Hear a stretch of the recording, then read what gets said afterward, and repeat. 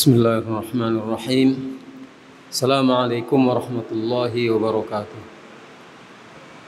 Innal hamdalillah nahmaduhu wa nasta'inuhu wa nastaghfiruh wa na'udzu billahi min shururi anfusina wa min sayyiati a'malina.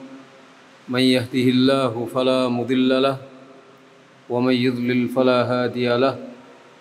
أشهد أن لا إله إلا الله وحده لا شريك له وأشهد أن محمدا عبده ورسوله يا أيها الذين آمنوا اتقوا الله حق تقاته ولا تموتن إلا وأنتم مسلمون يا أيها الناس اتقوا ربكم الذي خلقكم من نفس واحدة وخلق منها زوجها وبث منهما رجالا كثيرا ونساء واتقوا الله الذي تساءلون به والأرحام إن الله كان عليكم رقيبا يا أيها الذين آمنوا اتقوا الله وقولوا قولا سديدا يصلح لكم أعمالكم ويغفر لكم ذنوبكم ومن يطع الله ورسوله فقد فاز فوزا عظيما أما بعد فإن أصدق الحديث كتاب الله وخير الهدي هدي محمد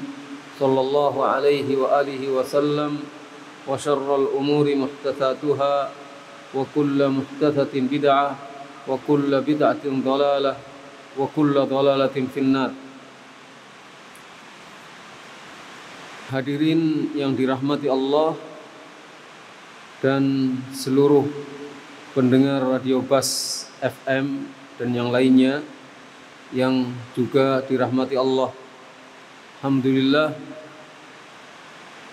pada kesempatan malam hari ini di Solo, di sekitar pondok, ada hujan. Allahumma shayyiban nafi'a. Di tengah hujan ini kita bisa tetap melangsungkan kajian bersama dari kitab Fathul Majid Syarah Kitab Tauhid, dan yang kita bahas kali ini masih pada bab bayan, bab tahqiq at-tauhid, bab man haqqaqa at-tauhid dakhal jannah bi ghairi hisabin wala adab. Siapa yang mewujudkan tauhid dalam kehidupannya secara nyata, maka dia akan masuk surga tanpa hisab dan tanpa azab. Yang terakhir kita bahas tentang 70.000 orang di antara umat Nabi Muhammad SAW yang akan masuk surga tanpa hisab dan tanpa azab, karena mereka adalah orang-orang yang benar-benar mampu merealisasikan tauhid dalam kehidupannya. Tawakalnya benar-benar tinggi kepada Allah Subhanahu wa taala.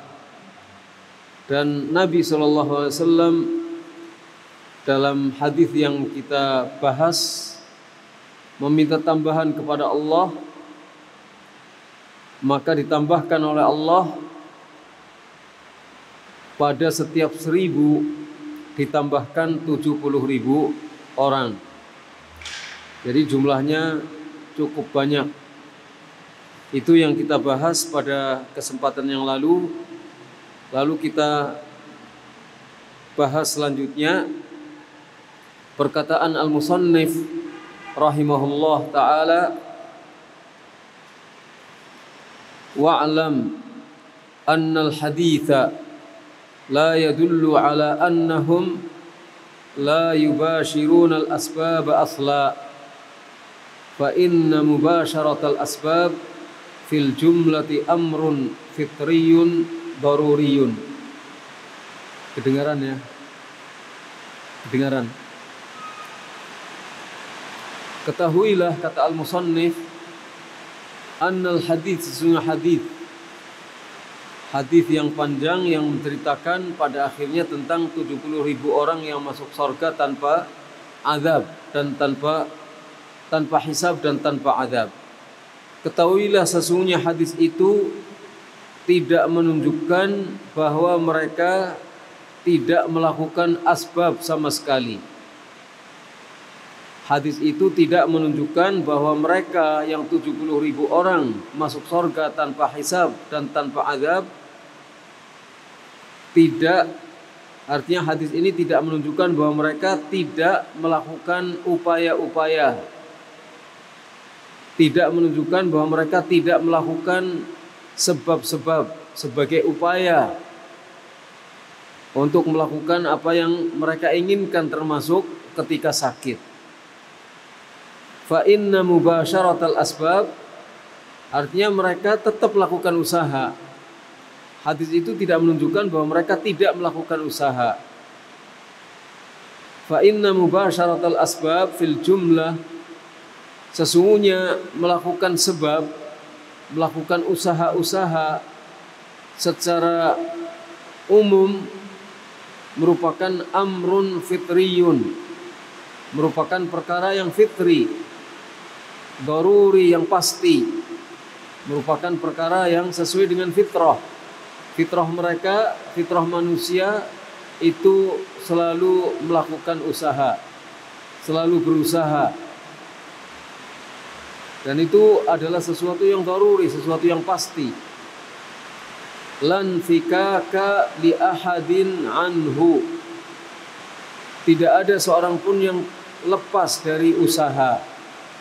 Tidak ada seorang pun yang lepas dari usaha. Bal nafsut tawakkuli mubasyaratun li a'zamil asbab. Bahkan tawakal itu sendiri itu sudah merupakan upaya yang terbesar. Upaya melakukan sebab yang paling besar adalah tawakal. Jadi ketika seseorang tawakal, sesungguhnya dia sedang melakukan usaha, melakukan upaya yang terbesar, melakukan sebab yang terbesar. Kama qala Allah Ta'ala, sebagaimana Allah Subhanahu wa taala berfirman, "Wa may yatawakkal 'ala Allahi fahuwa hasbuh." Dalam surat At-Talaq ayat 3. Dan barang siapa yang bertawakal kepada Allah, maka niscaya Allah pasti mencukupinya. Barang siapa yang bertawakal kepada Allah, niscaya Allah pasti mencukupinya. Ai kafihi, mencukupinya.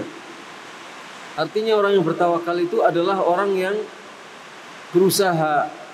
Tawakal itu sendiri sudah merupakan usaha. Usahanya dengan tawakal, menyerahkan persoalan kepada Allah Subhanahu wa taala. Wa innamal murad annahum yatrukuna al-umural makruhata ma'a hajatihim ilaiha. Tapi yang dimaksudkan dalam hadis itu tentang 70.000 orang yang masuk surga tanpa hisab dan tanpa azab, alladzina la yastarqun wa la yaqtawun ila akhirih, orang-orang yang tidak minta ruqyah dan tidak melakukan kai. Yang dimaksudkan bahwa mereka itu meninggalkan perkara-perkara yang dibenci, perkara-perkara yang makruh.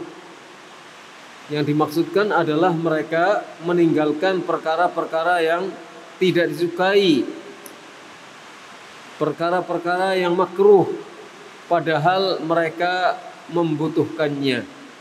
Mereka butuh pada pengobatan itu, ruqyah atau al-kai.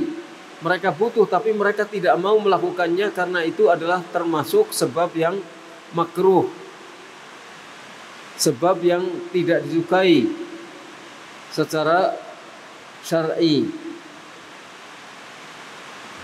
sebab yang makruh. Kenapa? Tawakkulan 'ala Allah Ta'ala.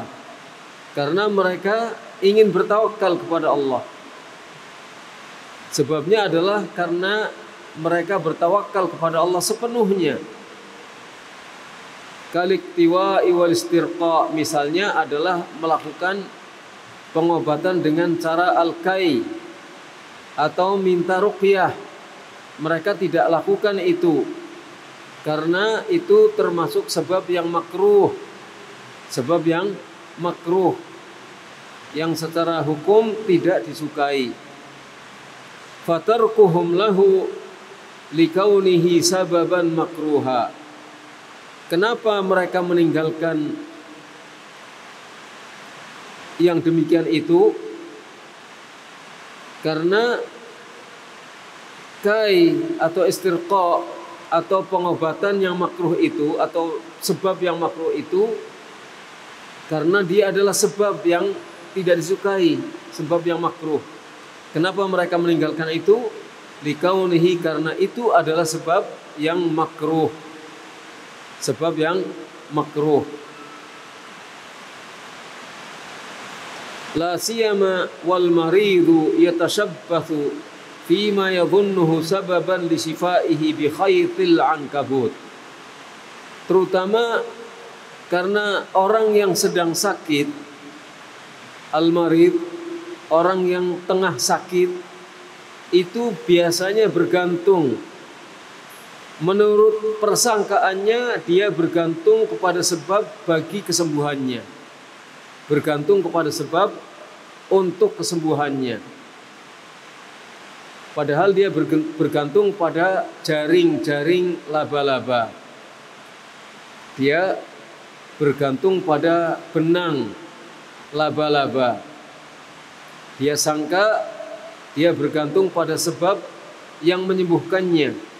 Padahal dia umumnya orang yang sakit itu seperti itu. Bergantung pada sesuatu yang hanya bayang-bayang. Khaytil ankabut, benang laba-laba. Jadi yang mereka tinggalkan bukan sebab, tapi mereka meninggalkan sebab yang makruh. Yang mereka lakukan, yang mereka tinggalkan itu bukan upaya dan usaha, tapi yang mereka lakukan adalah sebab yang makruh. Wa amma mubasharatul asbab wat tadawi ala wajhin la karahata fih fa ghairu qadihin fit tawakkul. Adapun melakukan usaha dan pengobatan yang tidak makruh, melakukan usaha dan pengobatan yang tidak makruh, maka itu tidak menodai tawakal kepada Allah. Maka itu tidak mengotori, tidak mencemari tawakal kepada Allah. Fala yakunu tarkuhu masyru'an, sehingga meninggalkan pengobatan yang seperti itu tidak disyariatkan. Maka bukanlah meninggalkan yang seperti itu termasuk yang disyariatkan. Meninggalkan usaha, meninggalkan pengobatan yang tidak makruh itu tidak termasuk yang disyariatkan. Justru yang disyariatkan adalah berobat. Meskipun nanti ada perselisihan pendapat di antara ulama. 5 fis sahihain, karena hadis yang terdapat di dalam kitab Sahih Bukhari dan Sahih Muslim. An Abi Hurairah marfu'an, dari Abu Hurairah hadisnya marfu'. Ma anzalallahu min da'in illa anzala lahu shifaan, alimahu man alimahu wa jahilahu man jahilahu. Dalam riwayat Bukhari tidak ada jumlah yang terakhir. Kalimat yang bagian akhir tidak disebutkan di situ, tapi disebutkan di riwayat yang lain.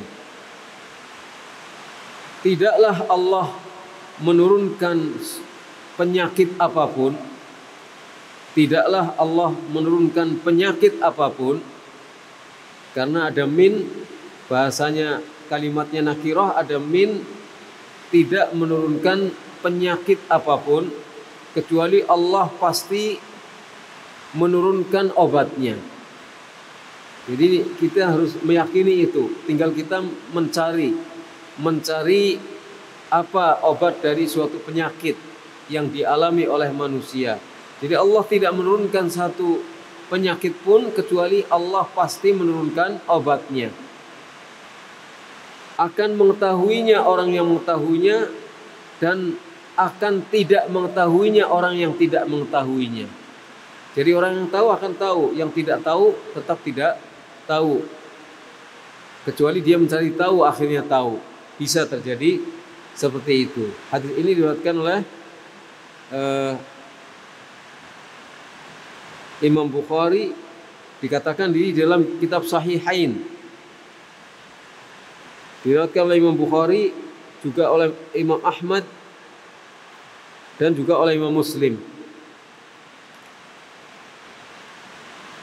Wa an Usamah bin Syarik qala kuntu 'inda an-nabiy sallallahu alaihi wa alihi wasallam wa ja'atil a'rabu faqalu ya Rasulullah ana tadawa qala na'am ya ibadallah tadawaw fa inna Allah azza wa jalla lam yadha' da'an illa wada'a lahu shifaan ghayra da'in wahidin qalu wa ma huwa qala al-haram rawahu Ahmad. Hadis ini dikatakan sahih, diriwayatkan oleh Imam Ahmad dari Usamah ibnu Syarik. Usamah ibnu Syarik, beliau mengatakan, aku berada di hadapan Nabi SAW. Ada majlis di hadapan Nabi SAW. Waja'atil a'rab, kemudian orang-orang Badui, orang-orang kampung, orang-orang pedalaman datang. Faqalu, lalu mereka bertanya kepada Rasulullah, ya Rasulullah, apakah kita berobat? Apakah kita harus berobat? Qal, Rasulullah SAW menjawab, na'am. Artinya apa? Iya, kalian harus berobat. Ya ibadallah tadawaw, wahai hamba-hamba Allah, berobatlah kalian. Jadi kalau sakit berobat. Fa inna Allah azza wa jalla, sesungguhnya Allah Subhanahu wa taala, Allah azza wa jalla tidak meletakkan suatu penyakit kecuali Allah meletakkan obatnya. Kecuali satu penyakit, kecuali satu penyakit yang tidak ada obatnya. Qalu, mereka bertanya, wa ma huwa, apa itu ya Rasulullah? Qal al-haram, penyakit haram, penyakit tua. Penyakit tua itu tetap tua saja, tua sampai pikun. Itu kalau sudah tua kembali ke anak-anak lagi. Ketika orang sudah terlalu tua, itu kembali ke anak-anak lagi. Jadi orang umurnya 80 tahun nggak bisa dia kembali menjadi 60 tahun. Hadis ini sahih, diriwayatkan oleh Imam Ahmad. Dari segala macam penyakit yang diturunkan oleh Allah pasti ada obatnya. Kewajiban kita adalah mencari obat itu seperti apa. Tapi obat yang dimaksudkan di sini adalah obat yang sesuai dengan ketetapan syariat, sesuai dengan ridho Allah, sesuai dengan yang disyariatkan.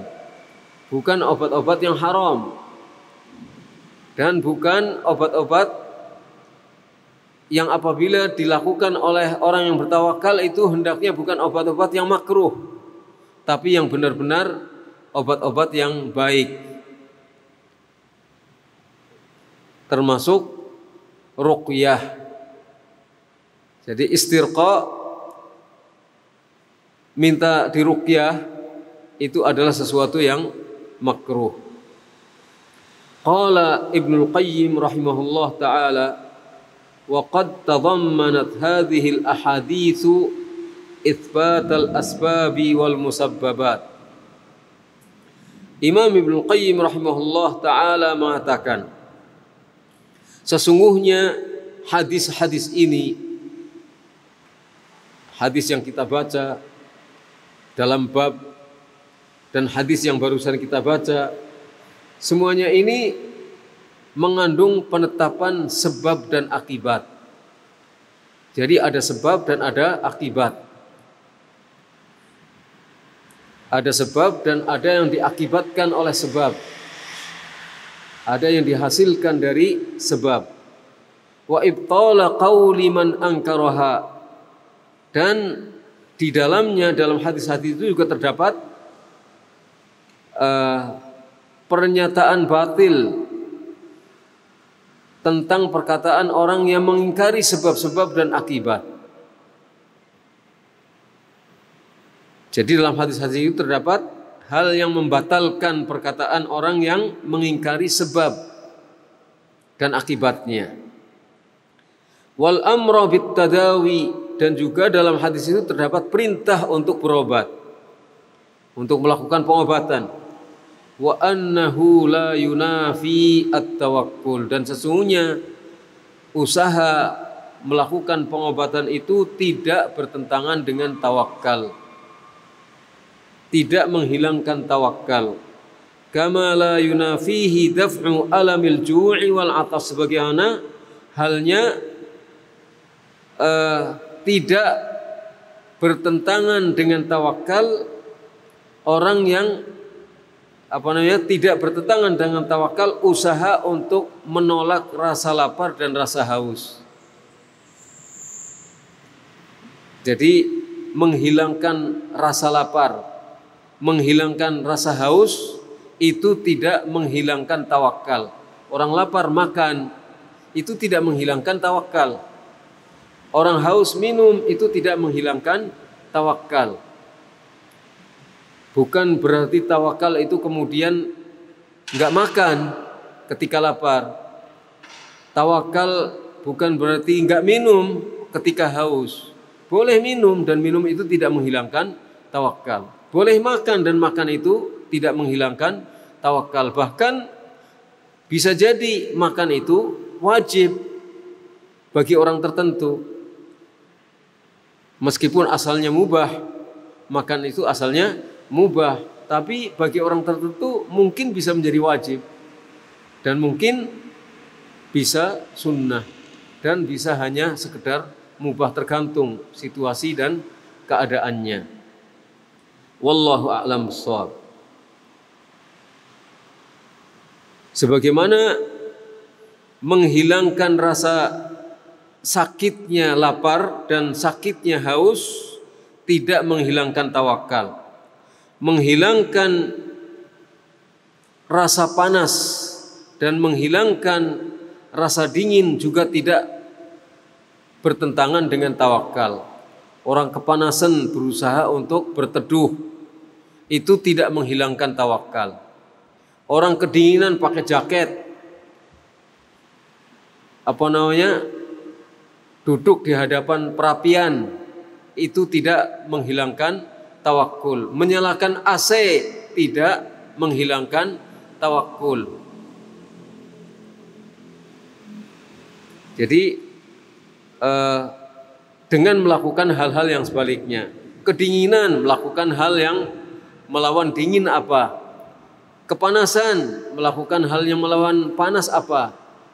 Lapar untuk melakukan tindakan yang melawan lapar apa? Jadi itu tidak menghilangkan tawakal. Sama artinya dengan ketika sakit, melakukan pengobatan itu juga tidak menghilangkan tawakal. Bal la tatimmu haqiqatut tauhid illa bimubasharatil asbab allati nasabaha Allah Ta'ala muqtadiyatan limusabbabatiha qadaran wa syar'a. Bahkan tidak sempurna realisasi bahkan tidak sempurna hakikat tauhid, bahkan tidak menjadi sempurna hakikat tauhid kecuali dengan melakukan sebab-sebab yang telah ditetapkan oleh Allah Subhanahu wa taala, yang bisa menghasilkan akibat-akibatnya, yang bisa menghasilkan hasil-hasilnya, baik secara takdir ataupun secara syar'i. Sebab-sebab bisa menghilangkan akibatnya, bisa mendatangkan akibatnya, baik secara takdir ataupun secara syar'i. Jadi ada obat-obat atau ada ada bahan-bahan tertentu atau ada benda-benda tertentu yang oleh Allah ditakdirkan menjadi sebab yang bermanfaat,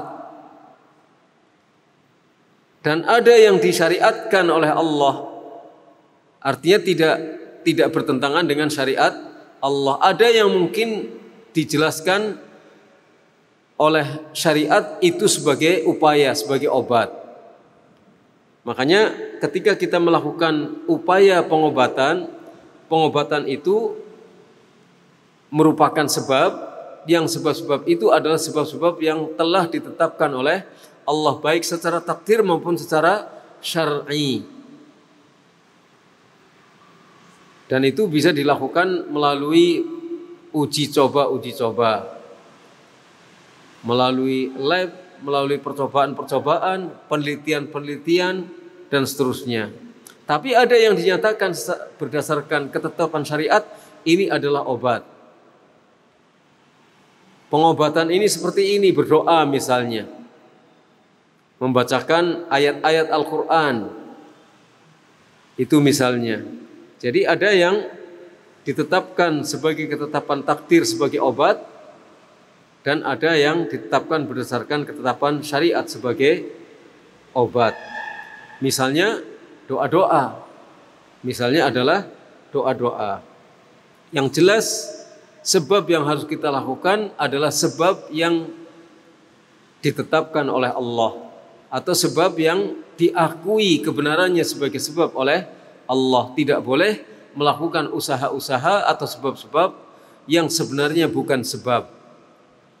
Jadi tidak boleh melakukan hal-hal yang sebenarnya bukan sebab dianggap sebagai sebab, karena itu akan mengotori tauhid. Jadi tauhid itu sendiri hakikatnya tidak akan sempurna kecuali dengan melakukan sebab-sebab yang ditetapkan oleh Allah sebagai sebab yang bermanfaat. Wa anna ta'tilaha yaqtahu fi nafsi tawakkul.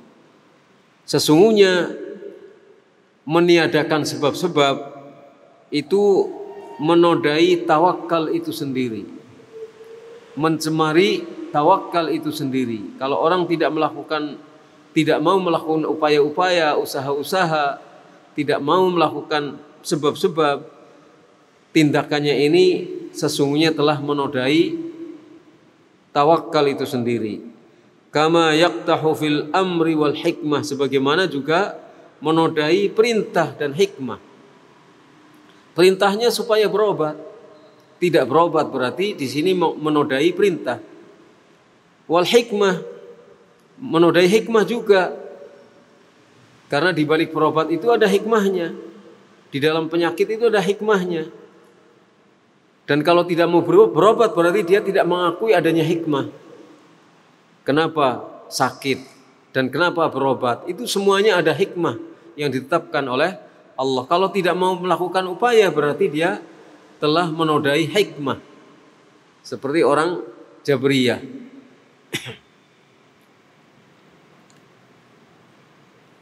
Wa yud'ifuhu min haitsu yadhunnu mu'attiluha anna tarkaha aqwa min fit tawakkul. Dan dia melemahkan tawakalnya. Dia melemahkan tawakalnya. Karena orang yang meniadakan sebab, orang yang tidak mau melakukan sebab, itu menyangka bahwa meninggalkan sebab itu merupakan tawakal yang paling kuat, atau aqwa fit tawakkul, lebih kuat di dalam bertawakal. Jadi orang yang meniadakan sebab ini menyangka bahwa meninggalkan sebab itu lebih kuat di dalam bertawakal kepada Allah, dan itu tidak benar. Tidak benar kalau dia mengabaikan atau tidak mau mengakui sehingga tidak mau melakukan sebab. Jadi berbeda dengan ketika orang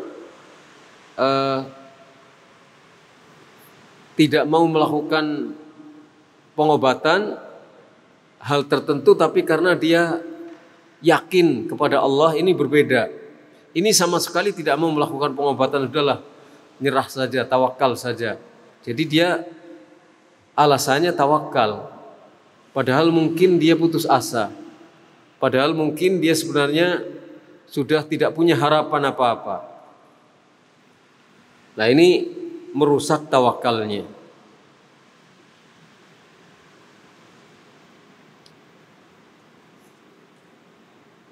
Fa inna tarkaha ajzun yunafi at-tawakkula alladhi haqiqatuhu i'timadul qalbi 'ala Allah ta'ala fi husuli ma yanfa'ul 'abda fi dinihi wa dunyah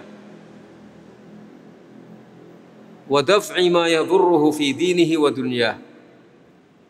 Sesungguhnya meninggalkan sebab-sebab, meninggalkan usaha-usaha itu adalah kelemahan yang menghilangkan tawakal.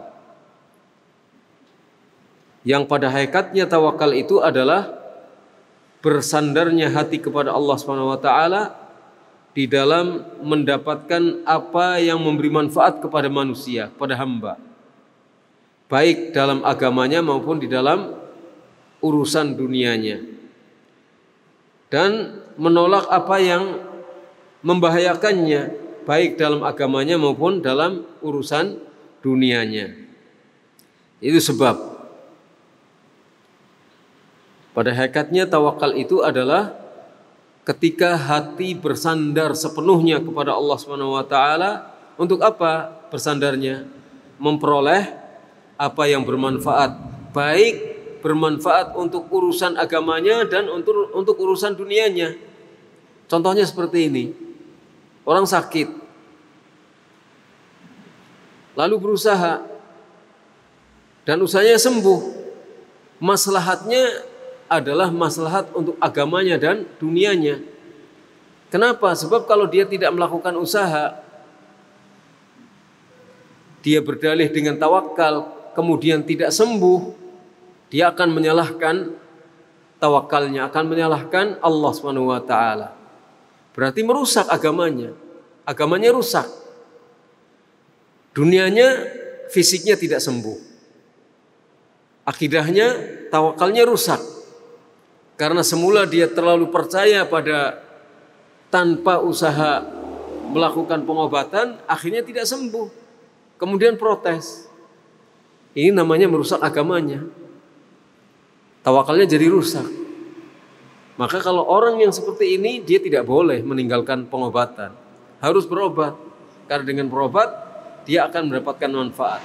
Dan dengan berobat, dengan bertawakal kepada Allah, dengan cara melakukan usaha-usaha pengobatan seperti itu, akhirnya akan bisa bermanfaat bagi dia dalam agamanya dan dalam dunianya.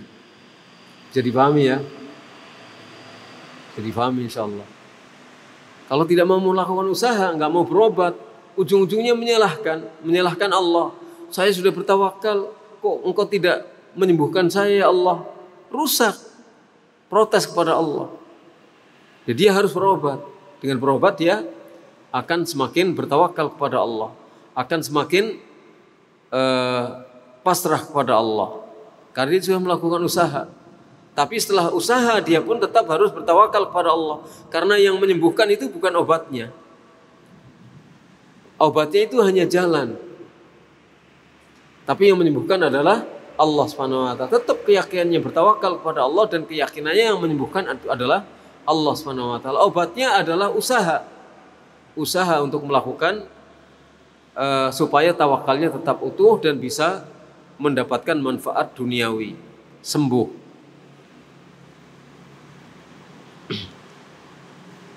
Demikian juga untuk menolak hal yang memberikan madarat kepadanya, baik agamanya maupun dunianya.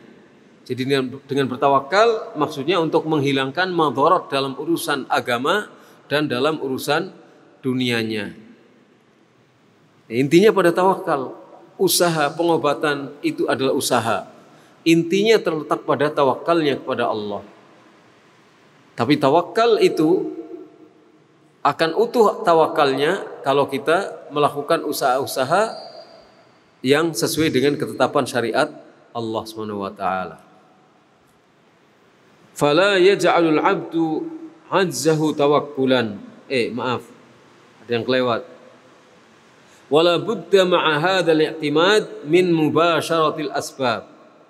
Dan harus bersamaan dengan penyandaran hati kepada Allah Subhanahu wa taala ini harus melakukan usaha-usaha. Harus melakukan sebab. Wa illa kana mu'attilan lil hikmati wasyara'. Kalau tidak demikian, dia akan menghilangkan hikmah, akan menafikan hikmah dan akan menafikan ketetapan syariat. Dia akan menafikan ketetapan syariat. Jadi ada dua kesalahan. Orang yang anti berobat, bukan karena saking tawakalnya kepada Allah, tapi anti berobat, meskipun alasannya untuk tawakal. Orang yang seperti itu bisa terjerumus pada menolak hikmah Allah dan menolak ketetapan syariat Allah, ketetapan untuk berobat, ketetapan syariat untuk berobat. Karena Nabi SAW bersabda, ya ibadallah tadawau, wahai hamba-hamba Allah, berobatlah kalian. Fala yaj'alul 'abdu 'azzahu tawakkula. Maka seorang manusia tidak boleh menjadikan kelemahannya sebagai tawakal. Wala tawakkulahu 'azzan, dan tidak boleh menjadikan tawakalnya sebagai kelemahan. Jadi tawakal itu bukan untuk menjadikannya lemah, justru semakin kuat. Dan kelemahannya jangan dijadikan sebagai tawakal. Berusaha untuk kuat dulu baru tawakal. Berusaha untuk kuat dulu baru tawakal. Wa qad ikhtalafal ulama fit tadawi. Sini dijelaskan para ulama berselisih pendapat tentang berobat. Para ulama berselisih pendapat tentang berobat. Hal huwa mubah wa tarkuhu afdal au mustahab au wajib. Apakah berobat itu mubah sifatnya? Artinya boleh-boleh saja dilakukan. Wa tarkuhu afdal, sedangkan meninggalkannya itu lebih afdal. Atau berobat itu mustahab. Mustahab itu apa? Sunnah. Disunnahkan, lebih bagus. Ataukah berobat itu sesuatu yang bagus, wajib, atau bahkan berobat itu wajib? Di sini ada perselisihan pendapat di antara ulama. Dijelaskan di sini, fal masyhur an Ahmad al-awwal. Yang masyhur dari riwayat Imam Ahmad adalah yang pertama, yaitu apa? Berobat itu sifatnya mubah. Berobat itu sifatnya mubah. Perkara mubah bisa menjadi berpahala, bisa menjadi dosa, tergantung bagaimana orang melakukan perkara yang mubah. Orang bersepeda mubah kan ya? Orang bersepeda, naik sepeda itu mubah. Dan bersepeda ini bisa berpahala, bisa berdosa, tergantung dari bagaimana dia bersepeda. Kalau bersepedanya untuk tujuan maksiat ya dosa, menjadi tidak boleh, mendingan di rumah. Tapi bisa juga berpahala ketika naik sepedanya itu untuk mendatangi majelis pengajian dengan ikhlas, dan di jalan tidak lihat-lihat kanan kiri mencari-cari sesuatu yang menyedapkan pandangan mata setannya. Lurus. Lah itu jadi berpahala. Demikian juga berobat. Berobat itu asalnya mubah menurut Imam Ahmad. Menurut salah satu riwayat dari pendapatnya Imam Ahmad. Jadi, tapi kalau dengan berobat akhirnya dia tambah bisa bertawakal, tambah yakin kepada Allah, maka ini berpahala.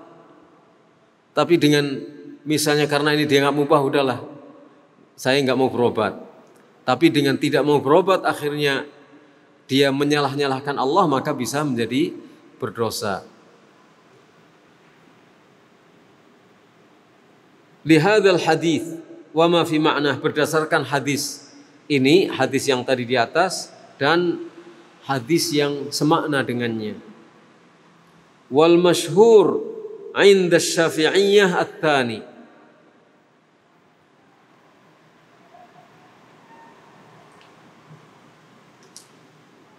dan yang masyhur menurut pendapat Imam Syafi'i adalah yang kedua, yaitu apa? Meninggalkannya itu afdal.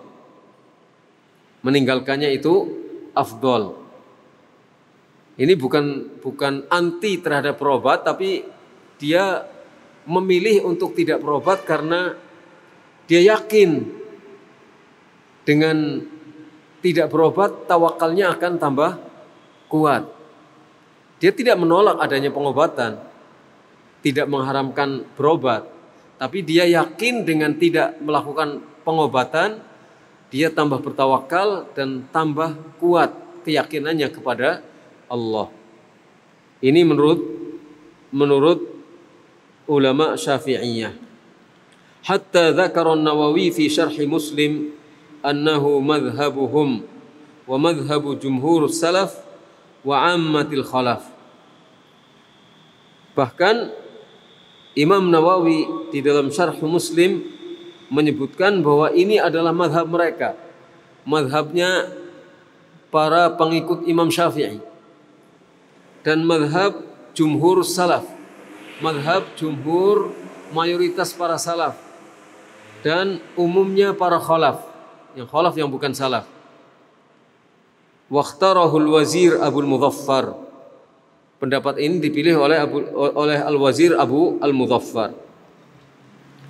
Qala, kemudian beliau mengatakan, wa madhhabu Abi Hanifah annahu muakkad. Sedangkan madhab Abu Hanifah bahwa berobat itu adalah sesuatu yang muakkad, yang sangat ditekankan. Berobat itu adalah sesuatu yang sangat ditekankan. Hatta yudani bihil wujub, hatta yudaniya bihi al wujub, sampai mendekati wajib. Menekankannya sampai mendekati wajib. Qala wa madhhabu Malik annahu yastawi fi'luhu wa tarkuhu. Sedangkan madhabnya Imam Malik itu antara melakukan dan meninggalkan itu sama. Antara meninggalkan dan melakukan itu sama. Fa innahu qala, maka sesungguhnya Imam Malik mengatakan la ba'sa bit tadawi wala ba'sa bitarkihi, tidak mengapa dengan melakukan pengobatan dan tidak mengapa dengan meninggalkan pengobatan. Jadi perbedaan ulama ini kita bisa mengambil hikmah dari situ, yaitu kapan menjadi wajib, kapan menjadi sunnah, kapan menjadi mubah, dan kapan menjadi afdal, bahkan kapan menjadi haram meninggalkan pengobatan. Jadi melihat siapa, melihat situasi dan kondisinya, melihat kapannya, dan seterusnya. Tapi pengobatan itu sesuatu yang diperintahkan. Apakah perintahnya ini wajib, perintahnya sunnah, atau perintahnya perintah mubah? Wa qala Syekhul Islam Ibnu Taimiyah, laisa biwajibin 'inda jamaahiril a'immah.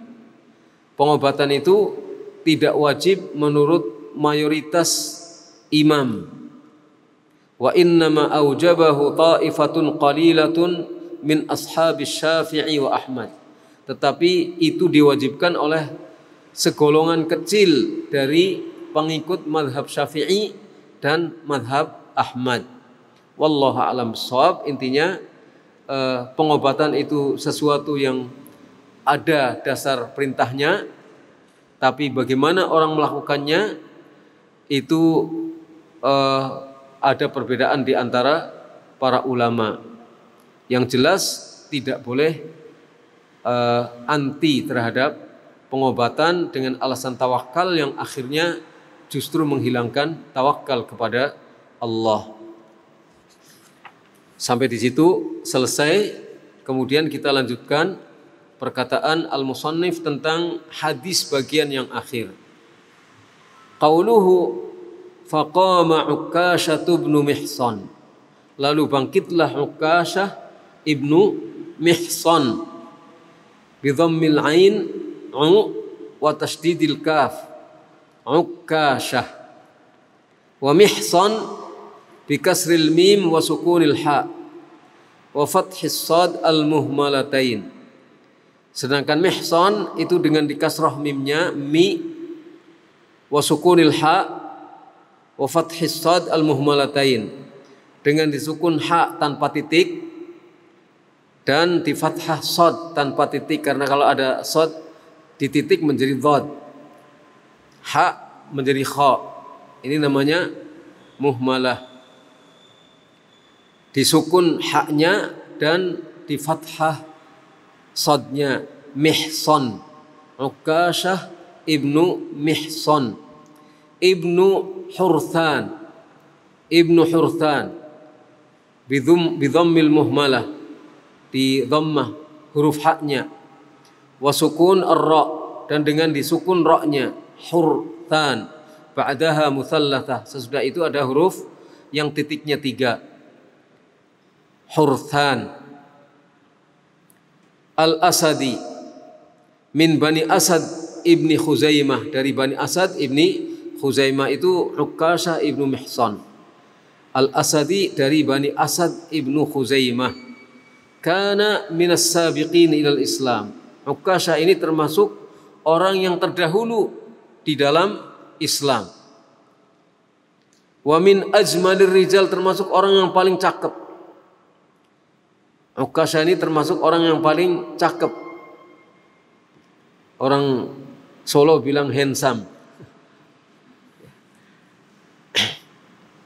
Hajara, beliau berhijrah,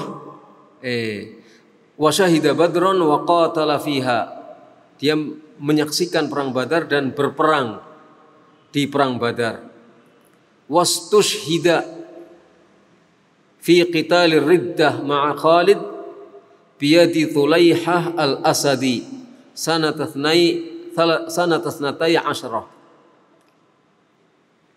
Beliau terbunuh sebagai syahid insyaallah di dalam perang Riddah melawan golongan orang-orang murtad.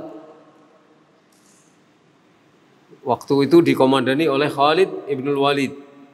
Beliau terbunuh di tangan Thulaihah al-Asadi, berarti al-Asadi sama-sama Asadi, pada tahun 12 Hijriyah. Ya, karena itulah maka Ukkashah ibnu Mihsan dinyatakan anta minhum, engkau termasuk golongan yang 70.000 orang masuk surga tanpa hisab dan tanpa azab. Thumma aslama Thulaihatu ba'da dhalik. Kemudian Thulaihah masuk Islam sesudah itu. Sesudah membunuh siapa? Ukkashah ibnu Mihsan, Thulaihah masuk Islam. Wajahada al-Furs, dan berjihad melawan tentara Persia. Yaumal Qadisiyah, pada hari perang Qadisiyah. Ma'a Sa'ad ibn Abi Waqqas, bersama dengan Sa'ad bin Abi Waqqas. Wastushhida fi waq'atil Jisr al-masyhurah, dan beliau terbunuh sebagai ustushhid, ya, sebagai yang diharapkan mati syahid dalam peristiwa perang Al-Jisr yang masyhur. Ini ada 2 orang yang yang satu dibunuh, yang satu membunuh, tapi dua-duanya masuk surga. Allah tertawa tentang adanya 2 orang yang membunuh dan dibunuh, kedua-duanya masuk surga. Lah, ini ada peristiwa, ada kisah semacam ini. Jadi Ukashah ibn Mihsan terbunuh dalam peperangan melawan orang-orang murtad. Kemudian Tulaihah yang membunuh pada waktu kafir, kemudian setelah itu masuk Islam dan dia terbunuh. Kalau dia syahid, maka dia juga masuk surga. Kalau dia syahid. Tapi di sini disebutkan semoga beliau diharapkan mati syahid. Qauluhu faqala ya Rasulullah, maka Ukashah setelah bangkit beliau berkata kepada Rasulullah, ya Rasulullah, ud'ullaha an yaj'alani minhum. Ya Rasulullah, doakanlah kepada Allah agar Allah menjadikan aku termasuk golongan mereka 70.000 orang yang masuk surga tanpa hisab dan tanpa azab. Qala Rasulullah SAW menjawab, anta minhum, engkau termasuk golongan mereka. Walil Bukhari fi riwayatin, dalam satu riwayat yang lain, riwayat Imam Bukhari, faqala, maka Ukashah berkata, Allahumma, maka Nabi SAW bersabda, Allahumma ja'alhu minhum, ya Allah jadikanlah Ukashah itu termasuk golongan 70.000 orang yang masuk surga tanpa hisab. Wa fihi, di dalamnya ada talabud du'a minal fadil. Di dalam kisah ini ada minta doa kepada orang yang punya keutamaan. Minta doa kepada orang yang punya keutamaan. Antum orang yang punya fadl. Ya, fadl dalam hal ibadah, dalam hal pemahaman, dalam hal iltizam. Ya, kalau minta doa kepada yang lebih tinggi dari antum, bukan yang bukan yang lebih rendah. Ya. Wallahu a'lam. Qauluhu thumma qama rajulun akhar. Kemudian bangkit orang yang lain. Dzakarahu mubhaman. Beliau yang meriwayatkan hadis ini menyebutnya secara mubham. Artinya tidak disebutkan namanya. Entah siapa, pokoknya ada seorang laki-laki yang lain yang kemudian minta kepada Rasulullah seperti permintaan Ukashah ibnu Mihsan. Lah kalau dulu perawi saja yang tahu itu tidak menyebutkan orangnya siapa, fala hajata bina ilal bahthi an ismihi. Ini termasuk adab ini. Maka kita tidak butuh untuk mencari tahu siapa namanya orang itu. Enggak butuh kita mencari tahu namanya. Yang meriwayatkan hadis ini saja tidak menyebutkan siapa orangnya. Jadi sebaiknya kita tidak mencari tahu siapa nama sahabat ini. Qauluhu faqala sabaqaka biha Ukashah. Kemudian sabda Nabi SAW, kemudian perkataan musannif, faqala, maka Nabi SAW bersabda, sabaqaka biha Ukashah. Kamu sudah kedahuluan oleh Ukashah. Coba kita renungkan bahasanya Nabi. Sabaqaka biha Ukashah. Engkau sudah kedahuluan oleh Ukashah. Qala al-Qurtubi, Imam Al-Qurtubi mengatakan, lam yakun 'inda tsani min al-ahwal ma kana 'inda Ukashah. Pada diri orang yang kedua ini keadaannya tidak seperti yang ada pada diri Ukashah. Keadaan orang kedua ini keadaannya tidak sama dengan yang ada pada diri Ukashah. Falidzalika lam yujibhu, oleh karena itu Nabi tidak menjawabnya, tidak mengiyakannya. Karena Nabi tahu bahwa orang ini tidak sebagaimana Ukashah. Idz law ajabahu la jaza ayatluba dzalika kullu man kana hadiran. kullu man kana hadiran. Sebab andai kata Nabi menjawabnya, mengiyakannya, tentu tiap-tiap yang hadir akan boleh minta kepada Nabi SAW. Fayatasalsalul amr, sehingga akan terus menerus itu terjadi. Fasaddal bab biqaulihi dzalika, maka Nabi menutup pintu supaya tidak semuanya orang minta, maka ditutup pintunya. Sabaqaka biha Ukasyah, kamu sudah kedahuluan oleh Ukasyah.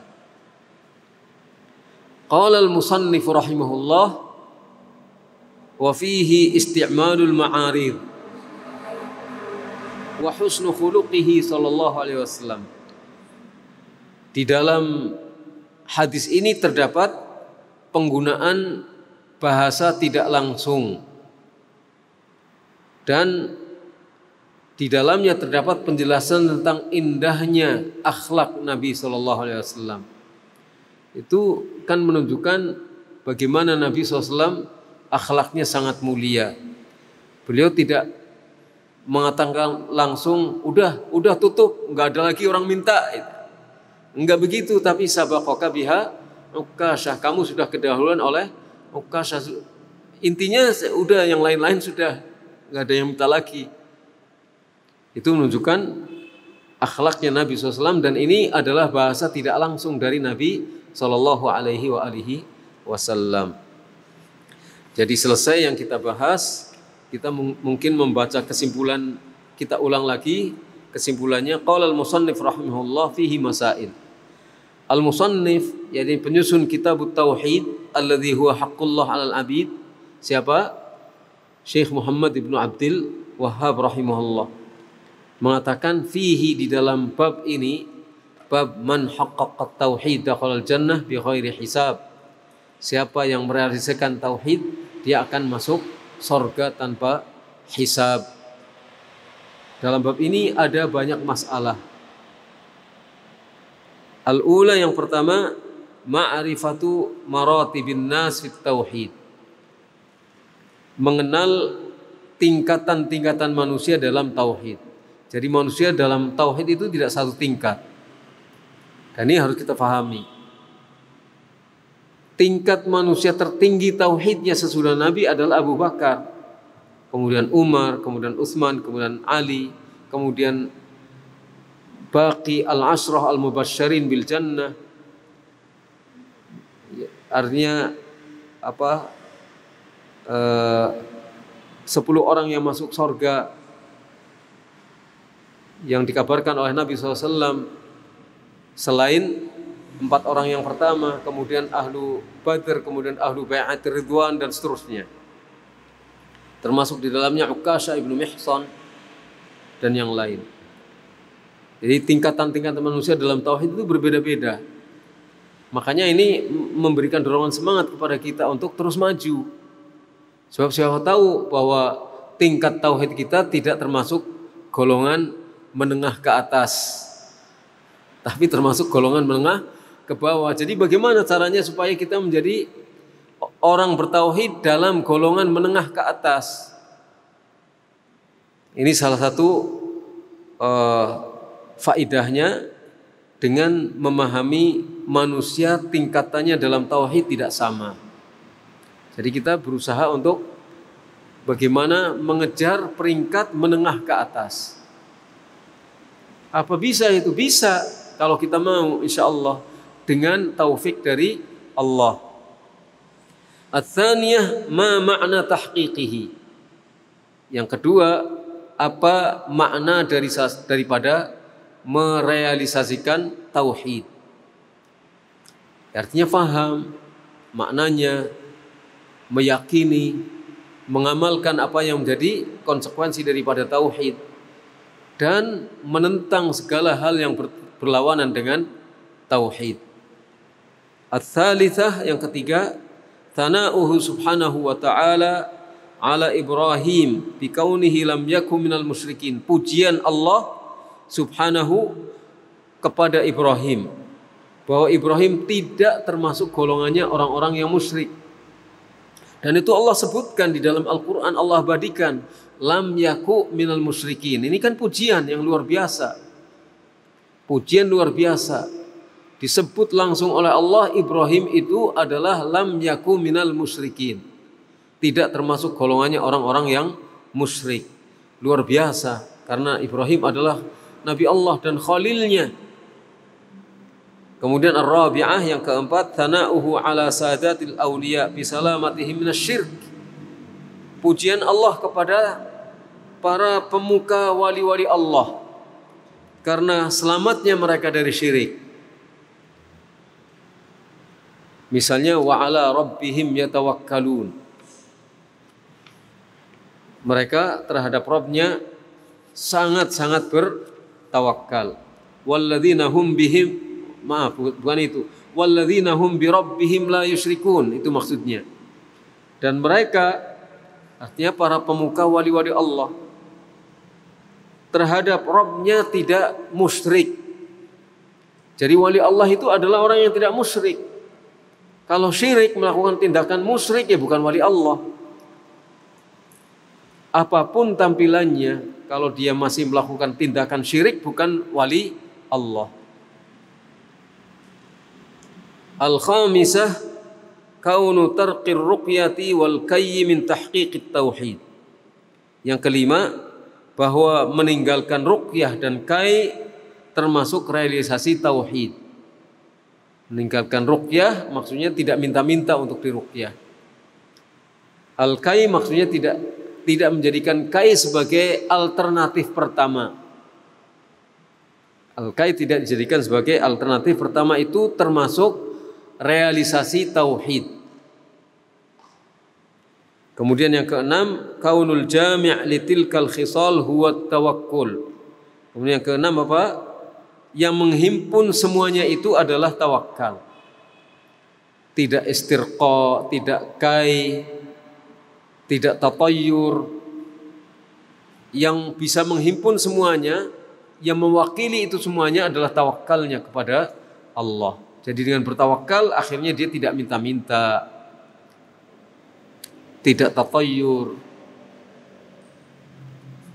As-sabi'ah umqu ilmi sahabati lima'rifatihim annahum lam yanalu dzalika illa bi'amal. Tentang dalamnya ilmu para sahabat, dalamnya pemahaman para sahabat. Karena mereka faham, mereka tahu bahwa mereka tidak akan bisa mencapai derajat orang yang merealisasikan tauhid kecuali dengan amal. Enggak mungkin realisasi tauhid itu hanya dengan teori-teori saja atau dengan mimpi-mimpi saja, dengan kata-kata saja, harus dengan amal. Dibuktikan dalam kehidupan nyata bahwa dia anti syirik, bahwa dia adalah orang-orang yang komitmen dengan tauhid. Tindakannya, kata-katanya, hatinya bertauhid kepada Allah. Bukan tindakan fisiknya saja yang bertauhid, lidahnya bertauhid, hatinya bertauhid, fisiknya bertauhid. Ats-tsamina hirsuhum 'alal khair. Yang kedelapan, betapa semangatnya para sahabat untuk mengejar kebaikan. Di para sahabat itu sya'nuhum, kebiasaan mereka, sifat mereka adalah mengejar kebaikan. Enggak ada kebaikan yang terabaikan. Kalau mereka lihat ada kebaikan, akan dikejar kebaikan itu dimanapun. Jadi tidak ada kebaikan yang terabaikan. Beda dengan kita, banyak kebaikan terabaikan. Kita cari-cari sesuatu yang sulit, yang sudah cuma wis saja enggak kita lakukan, yang enggak ada diada-adakan, yang tidak ada tuntunannya dianggap sebagai kebaikan, yang sudah jelas kebaikan enggak dilakukan. Nah, kita hendaknya cerdas ketika melihat hal-hal seperti ini. At-tasi'ah fadilatu hadhil ummah bil kammiyah wal kaifiyah. Yang kesembilan, keutamaan umat Islam, umat Nabi Muhammad SAW ini dengan jumlahnya yang banyak dan dengan mutunya. Jadi keutamaan umat ini terletak pada jumlah, kuantitas dan kualitas. Secara kualitas banyak yang lebih baik daripada umat-umat terdahulu. Secara kuantitas juga lebih banyak dari umat-umat terdahulu. Al-ashirah yang ke-10, fadilatu ashabi Musa, keutamaan pengikut Nabi Musa, karena mereka jumlahnya banyak dan banyak di antara mereka yang sungguh-sungguh berkualitas. Al-hadiyata asyrah, ardul umam alaihi sallallahu alaihi wasallam, diperlihatkannya umat-umat kepada Nabi Muhammad SAW. Dalam cerita itu Nabi diperlihatkan kepada Nabi tentang umat-umat. Ada yang Nabi pengikutnya di bawah 10, ada Nabi yang pengikutnya 2 orang, ada Nabi yang pengikutnya 1 orang, ada Nabi yang tanpa pengikut sama sekali. Ats-tsaniyata asyrah anna kulla ummatin tuhsyaru wahdaha ma'a nabiyha, bahwa tiap-tiap umat akan dikumpulkan tersendiri bersama nabinya. Kalau yang nggak ada pengikutnya ya sendirian Nabi datang. Nanti akan dikumpulkan masing-masing bersama dengan nabinya masing-masing. Kemudian yang ke-13, qillatu man istajaba lil anbiya, betapa sedikitnya orang yang mau menerima dakwah para nabi. Umat Nabi Muhammad SAW banyak, tapi yang tidak mau menerima dakwahnya Nabi Muhammad lebih banyak. Kalau kita hitung sedunia, jumlah umat Islam kan lebih sedikit daripada keseluruhan orang-orang kafir. Demikian juga umat-umat terdahulu. Bagaimana Nabi Nuh berdakwah kepada umatnya sampai hampir 1000 tahun, pengikutnya hanya sedikit. Ar-rabi'ata asyrah anna man lam yujibhu ahadun ya'ti wahdahu, bahwa Nabi yang tidak diterima oleh satu orang pun di antara umatnya, maka beliau akan datang sendirian. Yang ke-15, thamratu hadzal ilmi, buah dari ilmu ini. Buah dari ilmu ini, ilmu pengetahuan tentang ini. Wa huwa adamul ightirar bil kathrah wa adamu zuhdi fil qillah, yaitu apa? Tidak tertipu dengan jumlah banyak. Tidak tertipu dengan jumlah banyak dan tidak zuhud dengan sedikit. Tidak zuhud dengan sedikit. Tidak merasa cukup dengan sedikit, tapi tidak menjadi sombong dengan jumlah yang banyak. As-sadisata asyrah yang ke-16, ar-rukhsah fir ruqyati minal aini wal humah. Ada rukhsah, ada hukum keringanan untuk melakukan ruqyah karena penyakit ain dan karena tersengat binatang berbisa. As-sabi'ata asyrah yang ke-17, umqu ilmi salaf liqaulihi qad ahsana man intaha ila ma sami' walakin kadza wa kadza fa'ulima anna al-hadits al-awwal la yukhalifu ats-tsani. Yang ke-17 tentang dalamnya ilmu para salaf, karena perkataan Sa'id ibn Jubair kepada Husain ibn Abdurrahman, qad ahsana, sungguh indah, sungguh bagus orang yang berhenti kepada apa yang dia dengar, akan tapi ada hadis begini dan begini. Maka diketahui sesungguhnya hadis yang pertama sebenarnya tidak bertentangan dengan hadis yang kedua, tapi itu adalah tambahan penjelasan. Ats-tsaminata asyrah bu'dus salaf an madhil insan bima laysa fihi, jauhnya para salaf dari pujian orang yang dia tidak melakukannya. Jadi para salaf itu kalau tidak melakukannya nggak mau dipuji. Orang melakukannya saja nggak mau dipuji, apalagi mengharapkan pujian dari sesuatu yang dia tidak lakukan. Para salaf tidak para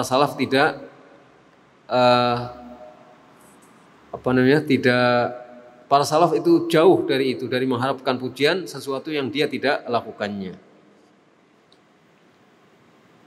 At-tasi'ata asyrah qauluhu anta minhum alamun min a'lamin nubuwah. Kemudian yang ke-19 tentang sabda Nabi SAW kepada Ukasyah, anta minhum, kau termasuk golongan mereka. Ini merupakan alam min a'lamin nubuwah, termasuk tanda di antara tanda-tanda kenabian. Karena Nabi bisa mengetahuinya bukan dari hasil rekayasa sendiri, tapi wahyu dari Allah SWT. Ini merupakan salah satu bukti di antara bukti-bukti kenabian Nabi Muhammad SAW. Al-Ishrun Fadilatu Ukasyah. Yang ke-20, ini berarti menunjukkan keutamaan Ukasyah. Al-Hadiyatu wal-Ishrun, yang ke-21, isti'malul ma'arid, penggunaan kalimat tidak langsung, bahasa tidak langsung. Kemudian yang ke-22, husnu khuluqihi SAW, tentang indahnya akhlak Nabi Muhammad SAW.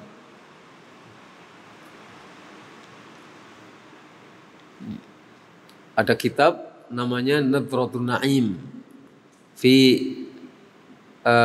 Makarimil Akhlaqir Rasulil Karim. Itu isinya ensiklopedi tentang akhlak. Jadi kalau mau cari cari hal-hal yang terkait dengan akhlak, itu di situ ada, ya. Bagus bukunya itu, kitabnya. Mestinya antum perlu, itu gratis. Karena maklumillah ya, ongkirnya saja yang diperlukan. Baik, itu saja yang bisa kita kaji pada kesempatan malam hari ini. Insyaallah kita lanjut pada kesempatan yang lain. Paham semua ya? Bisa dipahami gak?